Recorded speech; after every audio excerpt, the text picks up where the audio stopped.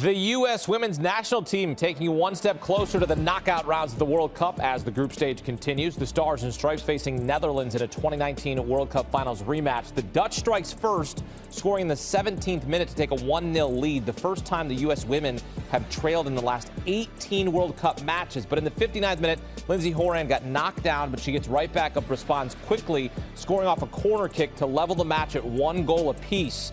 In the 82nd minute, Trinity Rodman had a chance on goal, but her shot went just wide, and that's how it ends, a 1-1 draw. The United States needing to make some adjustments heading into their final match of the group stage against Portugal. As you take a look at the match stats, this is the U.S. women's national team's first draw in a World Cup match since 2015, but you'll also remember that they won the World Cup in 2015 that year, then again in 2019, and now looking for a three-peat here in 2023. And for more, welcome in CBS Sports soccer analyst Lisa Carlin. Lisa, the U.S. and the Netherlands end in a 1-1 draw. What do you make of this result?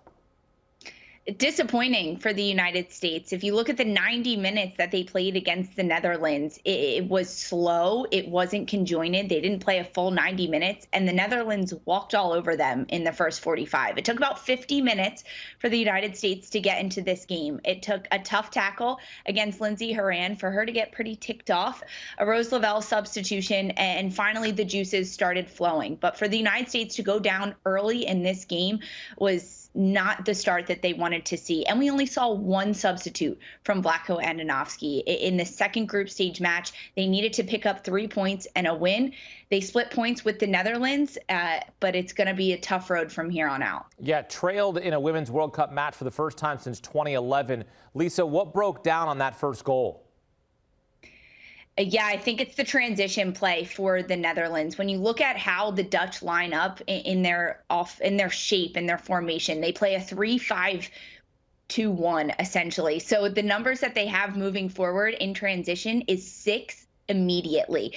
And as the United States was matched up against them, the defensive midfielder for the U.S., Andy Sullivan, she stepped way too hard and way too high against the Dutch in that transition move. So as soon as you break her, there's wide open space for the Netherlands to attack. That's when they transitioned. They had numbers up on the United States, and it's second ball clearances for the U.S. throughout this sequence. They couldn't get on the second ball, win the 50-50s, and clear the ball out of their danger area. It was one after the other of things breaking down for them defensively. Yeah, it looked like a weak effort there on that first goal in the 17th minute as the Netherlands took a 1-0 lead. But then in the 59th minute, as you mentioned, Lindsay Horan got knocked down by her French club teammate Danielle Van de Donk. Horan gets right back up, quickly responds, scoring off a corner kick to level the match.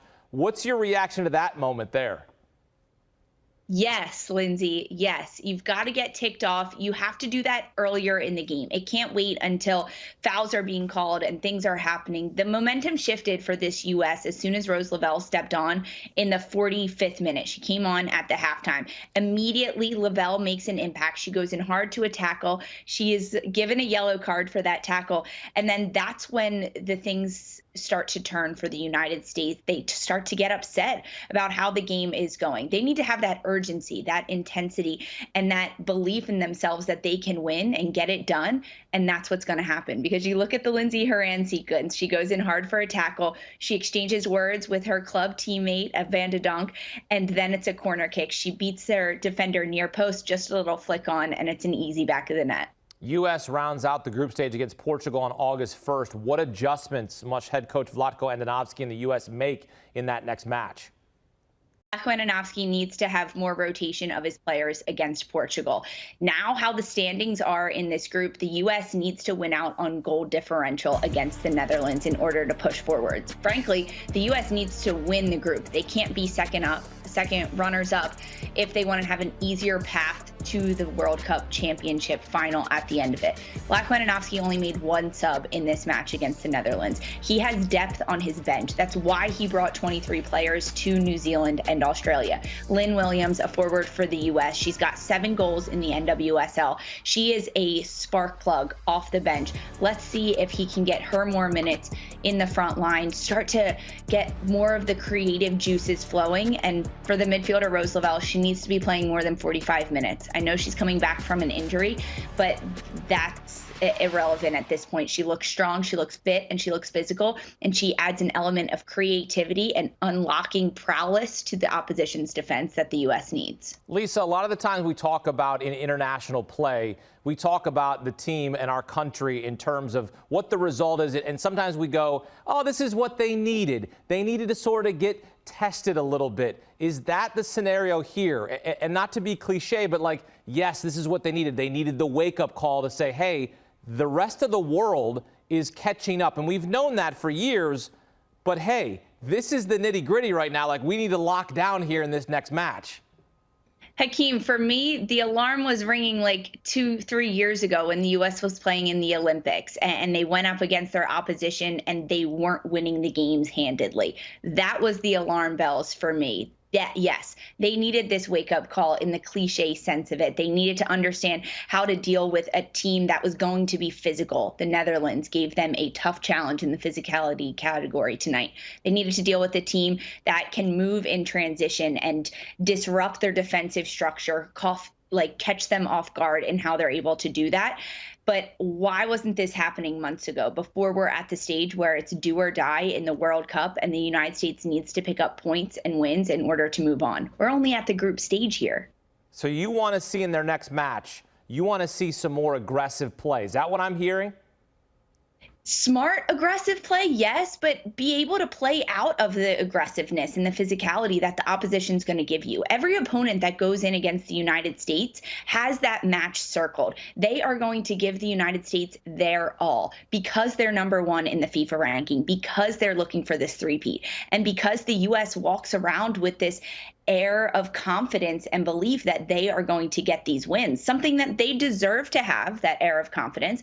But now the United States needs to understand that it's never going to be a walk in the park moving forward. So you have to bring your A game from the very first whistle. And if that takes you getting a little ticked off in the pregame warmups, that's what it's going to have to be. I feel like we need to play this back for the U.S. women's national team. Like Lisa Carlin getting this squad pumped up for their next match. Like, don't take anything easy here. Let's go. Right? Yeah, I mean, I'm ready to play a match right now. It sounds like it. Up. You got me. A draw, a little, it's cutting it short for me, for the U.S. They need to win tonight. I love it. All right. Well, let's hope that the U.S. women's national team is as fired up as Lisa Carlin is here on CBS Sports HQ. Lisa, great stuff as always. Appreciate it. Breaking down the 1-1 draw here as group stage continues. And for the best World Cup coverage on the planet, check out the Galazzo Network and join Lisa Carlin on Attacking Third, a soccer podcast covering the NWSL and the U.S. women's national team. Attacking Third. Download and follow today.